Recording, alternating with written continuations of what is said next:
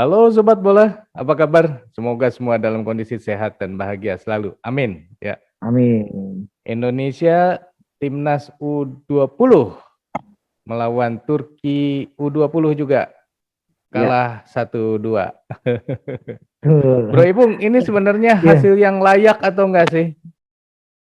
kalau kita melihat hitungan-hitungan di atas kertas, ya memang ini yang kita hadapi kali ini adalah boleh dibilang ini ya langganan dari kontestan Piala Eropa untuk Under 20.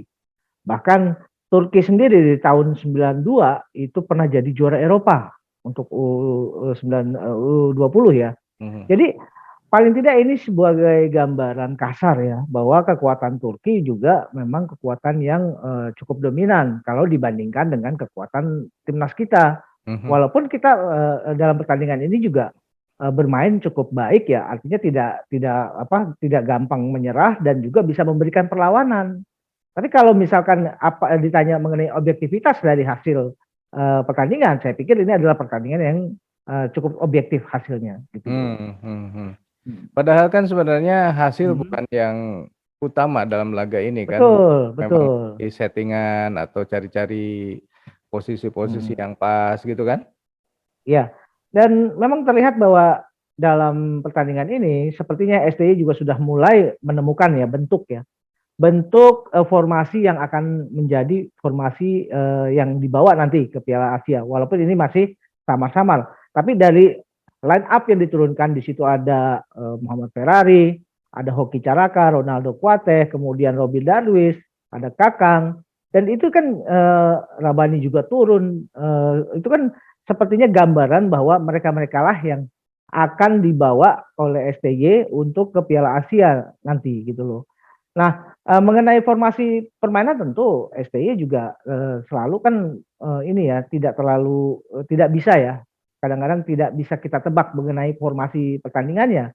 Dan terlihat sekali bahwa pemain-pemain Indonesia juga dalam hal ini tentu ini kan pertandingan yang sangat kompetitif kalau melawan ini ya tim dari Turki. Ya kalau misalkan hasilnya seperti seperti ini, itu saya pikir itu sebuah hasil yang cukup baik. Ya. Kira-kira kelemahan Hmm. apa nih yang ada di timnas Indonesia? Ya memang kalau dari pertandingan ini ada keluhan juga dari STY bahwa ternyata ada dua lini yang masih perlu perbaikan lebih banyak gitu. Mhm.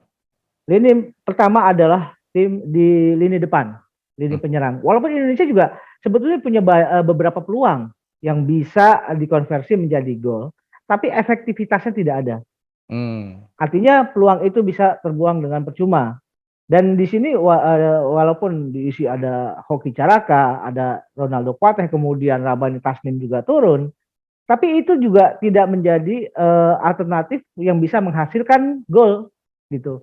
Justru Indonesia menghasilkan gol di menit-menit akhir, di menit Hmm. injury time. Mhm. Nah, yang kelemahan kedua yang terlihat adalah ternyata pemain Indonesia juga masih punya masalah dengan transisi.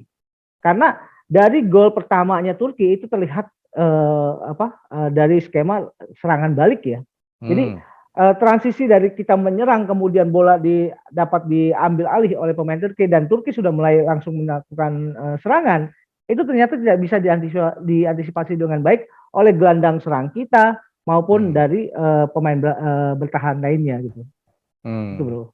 Jadi itulah kelemahannya ya. Jadi depan sama belakang. Berarti tengah udah kelihatan bagus dong kalau gitu ya.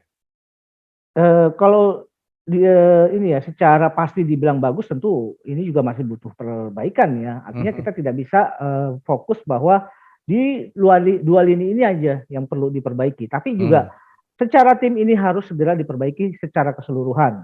Hmm. Nah, walaupun dalam pertandingan tersebut ini ya agak-agak pemain Indonesia agak terbawa emosi dan sedikit bermain agak keras gitu. Hmm. Dan ini juga sempat pelatih dari atau tim official dari Turki itu sempat juga melakukan ini ya melakukan protes Protes. ke wasit bahwa ada pemain Indonesia yang dianggap bermain agak keras gitu. Mungkin mungkin frustasi nih pemainnya. Akhirnya udah main hajar aja. Iya Mungkin iya nggak gitu, iya. Bro. Ya bisa saja bro, tapi ya selama yang saya ketahui dari track record yang pernah dilakukan oleh tim nasional kita di bawah asuhan STY, pemain-pemain kita sebetulnya sudah meninggalkan permainan keras yang menjurus kasar. Itu yang paling kelihatan ya. Jadi pemain kita sudah bisa bersikap profesional dalam hal membawa diri di lapangan. Nah, persoalan itu adalah permainan keras yang terlihat di pertandingan lawan Turki. Itu bisa jadi karena ada luapan-luapan emosi yang mungkin ini ya letusan dari agak-agak frustrasi sebetulnya. Iya, Gitu. digocek terus, kalah terus gitu, akhirnya frustasi, hajar aja. Ya tapi gini, kalau Turki kan kita tahu mereka adalah pemain di bawah asuhan. Mungkin Bro Eri juga harus saya kasih informasi ya, bahwa Turki ini di bawah pelatihnya itu adalah legenda hidup dari timnas Turki, namanya Hamid Altintop. Hamid Altintop ini dulu dia kan memang lahir di Jerman ya. Boleh dibilang Hamid Altintop adalah produk sepak bola Jerman. Jadi begitu dia mulai masuk mulai dari level usia, dia sudah bermain di Liga Jerman ya. Sampai akhirnya pada saat dia mulai menonjol di Bundesliga, sempat dia pada masa keemasannya dia ditawari untuk pindah kewarganegaraan Jerman waktu itu. Tapi dia akhirnya menolak karena dia merasa saya ingin membela negeri leluhurnya ya, walaupun dia lahir di Jerman loh, gitu loh. Akhirnya dia membela timnas Turki dan dia juga kebetulan Hamid Altintop ini juga kembar ya. Kembarannya itu namanya Halil Altintop. Itu juga sama-sama bermain di Bundesliga, tapi memang yang lebih menonjol adalah Hamid ini. Dan Hamid Altintop ini adalah direktur pengembangan usia muda dari Federasi Sepak Bolanya Turki. Jadi memang ini hasil kerja yang luar biasa ya dari seorang legenda. Iya, dan tidak heran juga banyak pemain-pemain di under 20-nya Turki ini juga itu adalah produk-produk sepak bolanya Bundesliga. Jadi ada yang bermain di Luzern tuh kalau nggak salah Swiss ya. Ada yang bermain di Freiburg, ada yang bermain di Dortmund dan sebagainya. Jadi kalaupun Indonesia pada saat melawan Turki kemudian kalah, saya pikir itu hal yang wajar. Karena secara kualitas maupun pengalaman, karena mereka bermain di liga-liga yang lebih berkualitas, saya pikir pengalaman pun mereka lebih memiliki itu gitu loh, ketimbang pemain timnas kita. Iya. Nah, kemarin kan mestinya ditayangkan langsung ya, tetapi ternyata nggak jadi. Kayaknya ada masalah teknis atau non teknis atau nggak keburu atau apa gitu ya, sehingga akhirnya batal. Tapi katanya akan ditayangkan nanti yang melawan Moldova. Betul.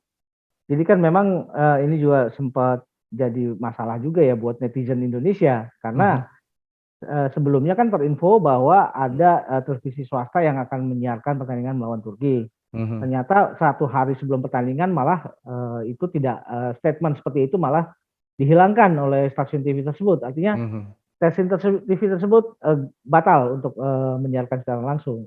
Tapi dari Biro Humasnya PSSI sepertinya sudah memberikan statement lanjutan bahwa pertandingan berikutnya friendly match juga melawan Moldova nanti itu akan disiarkan secara langsung. Ya kita tunggu aja apakah ini bisa terrealisasi atau tidak gitu loh. Harus bisa dong ya. Tanggal 1 dan tanggal 4 ya berarti. Betul. 2 kali lawan Moldova dan kemudian tanggal 5-nya ke Spanyol ya. Betul. Ya. Betul. Nah, oke. Berarti lawan Turki ini udah oke ya, hasil segitu udah bagus ya. Menurut saya sih seperti itu ya, walaupun memang masih perlu ada perbaikan, tapi ya kita ini ya bahwa ini kan sebuah TV adalah ini ya berproses ya. Artinya kalau berproses itu tentu kita akan menarik garis yang linear bahwa perbaikan itu akan terus berlangsung selama proses ini berjalan gitu, ya. Bro. Oke. Oke Sobat Bola, itulah obrolan kita sedikit mengenai laga antara Timnas Indonesia U20 melawan Timnas Turki U20 yang berlangsung di Turki dengan hasil Indonesia kalah 1-2. Menurut Sobat sendiri ini hasil yang layak nggak sih? Kalau layak, kalau enggak, alasannya apa? Silakan tulis di kolom komentar. Kita akhiri dulu obrolan kita kali ini, kita lanjut di video yang akan datang. Sampai jumpa. Bye. Oke, thank you bro.